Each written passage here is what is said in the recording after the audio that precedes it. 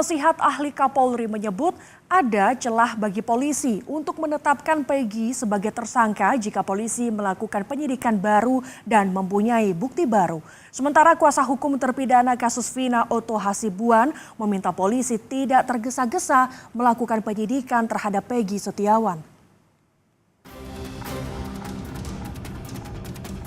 Itu kepolisian masih bisa melakukan penyidikan lagi di kemudian hari kalau mempunyai bukti yang baru. Tetapi kalau umpamanya sekarang ini mau diajukan, ternyata PK-nya bebas, 2 kali kena lagi nih kepolisiannya. Jadi saya pikir jangan tergesa-gesa, jangan terburu-buru. Meski penetapan Peggy Setiawan sebagai tersangka sudah dinyatakan batal demi hukum oleh Pengadilan Negeri Bandung, namun masih ada celah bagi polisi untuk menetapkan Peggy sebagai tersangka. Ya, ini disampaikan oleh penasihat ahli Kapolri Irjen Purnawirawan Arianto Sutadi yang bilang menetapkan Peggy sebagai tersangka bisa dilakukan jika polisi melakukan penyidikan baru dan mempunyai bukti baru. Ya, sedangkan di sini hanya dinyatakan batalnya adalah karena kesalahan tangkap kan gitu kan. Itu kepolisian masih bisa melakukan penyidikan lagi di kemudian hari kalau mempunyai bukti yang baru yang dimiliki gitu. Tapi seandainya nanti kemudian putusan PK itu membatalkan putusan tahun 2016 dulu, otomatis polisi tidak akan mencari lagi yang sisa 3 DPO itu.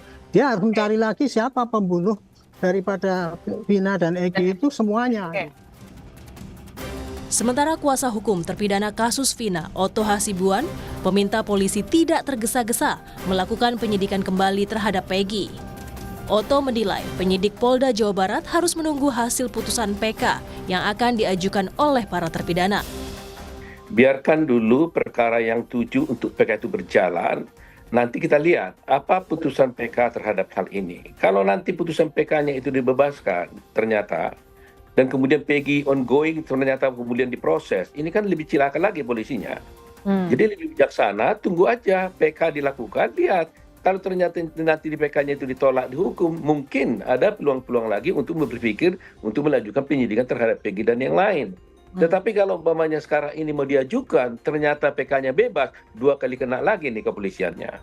Jadi saya pikir jangan tergesa-gesa, jangan terburu-buru ya.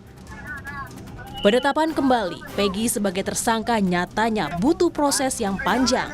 Karena polisi baru bisa menjerat Peggy Setiawan bila menemukan alat bukti baru dan memulai kembali penyelidikan dan penyidikan dari awal.